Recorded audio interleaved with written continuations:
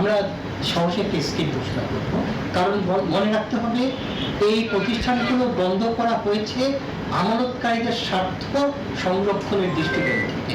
অতএব যে স্কিম ঘোষণা করা হবে সেটা দেশের বাস্তবতার নিরিখে এবং একই সাথে ক্ষুদ্র আমানতকারীরা যাতে ক্ষতিগ্রস্ত না হয় সেই বিষয়টাকে মাথায় রেখে ঘোষণা করা। রাষ্ট্র তো গ্যারান্টি দিয়েছে যে এই প্রতিষ্ঠানগুলো এখানে চলমান, তো কাজী জনগণ সেখানে তাদের টাকা আমানত রেখেছে। কাজী এই আমানতকারীদের অর্থটা তো ফেরত দেওয়া এটা অত্যন্ত জরুরি, এবং তা না হলে আপনার আমাদের যে পুরো আর্থিক খাতের উপরে যে আস্থা, এই আস্থাটা কিন্তু বিনষ্ট হওয়ার। বড় অঙ্কের মূলধন ঘাটতি, উচ্চ খেলাপি ঋণ ও তীব্র তারল্য সংকটে থাকা 4 আর্থিক প্রতিষ্ঠানকে অকার্যকর ঘোষণা করে প্রশাসক নিয়োগ দিয়েছে বাংলাদেশ ব্যাংক। কেন্দ্রীয় ব্যাংক জানিয়েছে দ্রুত একটি স্কিম ঘোষণা করে আমানতকারীদের টাকা ফেরত দেওয়া হবে।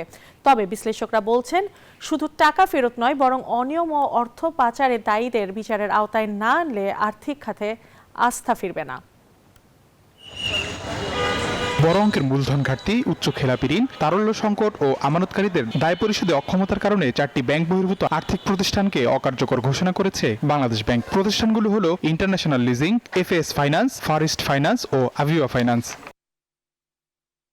ব্যাংক রেজুলেশন আইন 2026-এর আওতায় এই 4 প্রতিষ্ঠানে প্রশাসক নিয়োগ দিয়ে রেজুলেশন কার্যক্রম শুরু করেছে বাংলাদেশ ব্যাংক। পরিচালনা পর্ষদ বিলুপ্ত ও প্রধান নির্বাহীদের নিয়োগ বাতিল করা হয়েছে। ইন্টারন্যাশনাল লিজিং এ ইকবাল হোসেন, এফএএস ফাইন্যান্সে আতাউর রহমান, ফার ইস্ট ফাইন্যান্সে সাদিকুর রহমান এবং আভিবা ফাইন্যান্সে আলাউদ্দিনকে প্রশাসক নিয়োগ দেওয়া হয়েছে। কেন্দ্রীয় ব্যাংক বলছে দ্রুত একটি স্কিম ঘোষণা করে ব্যক্তি আমানতকারীদের টাকা ফেরত দেওয়া হবে।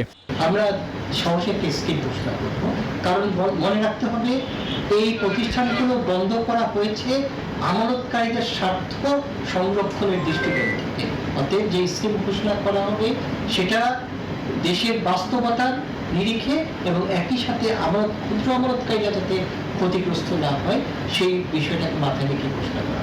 এই 4 আর্থিক প্রতিষ্ঠানে প্রায় 27,000 আমানতকারীর প্রায় 3.25 কোটি টাকা আটকা পড়েছে। তবে বিশ্লেষকরা বলছেন আমানতকারীদের টাকা দ্রুত ধাপে ধাপে ফেরত দেয়া না হলে ব্যাংক ও আর্থিক খাতের প্রতি জনগণের আস্থা আরও কমবে। রাষ্ট্র তো গ্যারান্টি দিয়েছে যে এই প্রতিষ্ঠানগুলো এখানে চলমান, তো কাজী জনগণ সেখানে তাদের টাকা আমানত রেখেছে। কাজী এই আমানতকারীদের অর্থটা তো ফেরত দেওয়া এটা অত্যন্ত জরুরি, এবং তা না হলে আপনার আমাদের যে পুরো আর্থিক খাতের উপরে যে আস্থা, এই আস্থাটা কিন্তু বিনষ্ট হওয়ার। অনিয়ম, দুর্নীতি ও অর্থ পাচারের দায়ীদের বিচারের আওতায় এনে পাচার হওয়া অর্থ উদ্ধার না করলে একই ধরনের সংকট আবারও ফিরে আসবে বলে সতর্ক করেছে এই অর্থনীতিবিদ। সময় এসেছে তাদের বিরুদ্ধে ব্যবস্থা নেওয়ার। আবি আব্দুল্লাহ, নিউজ 24, ঢাকা।